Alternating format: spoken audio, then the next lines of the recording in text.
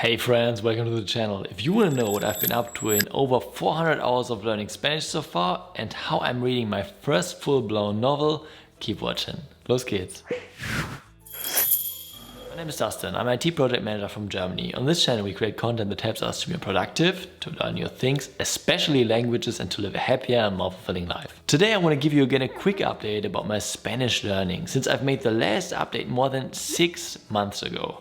We will start with what I've done in detail, how much time I've spent in total, my current skill level, and last but not least we'll have a look at what the next steps are, taking into account improvements and learnings. Let's dive into today's hour. You know what comes next? First, a nice sip of coffee, of course. Los geht's! So the first 5 points at the bottom I had already achieved when we reviewed the goals the last time. Since then, there are quite a few new things that I could complete. I finished to read the book El Principito in LingQ, which is one of the most translated books in the world. I've already made a video about that and other books that have many translations in lots of languages, and you can also find it somewhere here.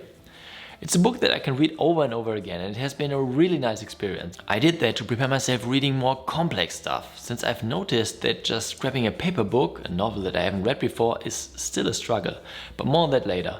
Then I also listened to all Duolingo Spanish podcast episodes and also to all Duolingo Inglés episodes, which are meant for Spanish speakers who want to learn English. Works quite well also the other way around, to be honest. The podcasts are really well made and about a multitude of interesting topics. They make it really easy to comprehend because you get the context always in English and thus can understand the Spanish parts way easier. The negative thing about that is that half of the time you're not really listening to Spanish, which reduces the efficiency. So it's definitely time now to move to more difficult stuff that is just in Spanish. To get also some more reading practice, I've also enjoyed the Pepper and Carrot comics, which you can read online for completely free and in many different languages.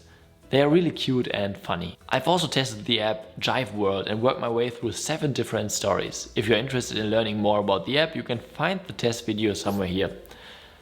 And then I've also finished the LanguageTransfer Spanish course. In my opinion, the best free language learning courses out there. And if you haven't tried them yet, I would definitely advise you to do so. It's been quite some struggle, to be honest. I only finished it at the second attempt. There are 90 lessons, and especially the higher ones at 50 plus or so are really difficult. You really need to sit down and fully focus to get through them, and possibly in the future I repeat them again, because there are some things I didn't fully internalize yet. And currently I'm reading, watching and listening to content every day with LingQ, and thus my goal there is to achieve the 20,000 known words. For that I'm consuming all the Linguriosa videos that I've imported. It's such a good YouTube channel where you learn a lot about the Spanish language and also history in a fun and interesting way. Within LingQ I'm currently also reading La Sombra del Viento, which is a masterpiece by Carlos Ruiz Zafón and one of my favorite books. I've read it in French before, which makes it definitely easier to digest because it's artfully written. After each chapter that I've read, I also listen to the audiobook version of the book at Audible, and that's in general one thing I really like, to read original content in the language it has been written or created. And last but not least, I'm still using Duolingo every day, but my yearly subscription will run out soon and then most likely I will also stop using it. The initial plan has been to finish the complete Spanish course, but there's so much content and I think I can use my time more productive doing other things and also testing other apps and programs for this channel. I didn't read and listen to all the Spanish mini stories 10 times each because I just couldn't get myself to it. That's something I normally do, but after having spent so much time with Italian and also French, I think I can just skip this step and have thus removed this goal. I'm always tracking my time spent with languages and other stuff using a tool called Clockify. I started learning Spanish in 2023 and I've spent since then in total 405 hours doing the previously mentioned activities. Still, there's a long way to go and I haven't even started speaking it. But the other Romance languages I've studied help a lot. The last time I have overestimated my comprehension a bit, to be honest. Watching YouTube videos, series and full movies is not the problem, but rather reading novels. This is quite an interesting experience for me, because normally it's a bit the other way around, since I'm reading books a lot normally. This time my focus has been more on the colloquial speech part of the language, and novels are written in a very different way, or often written in a very different way. Authors need to describe the scenery and use different tenses then, compared to when you just speak regularly.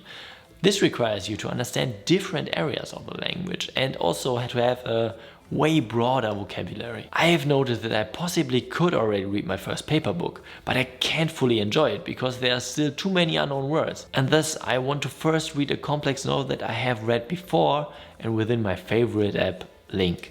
This way I can boost my comprehension and look words up without breaking the reading flow. So far I haven't done much speaking or writing, but I'm exchanging voice messages in Spanish with a friend. Greetings go out to Pablo.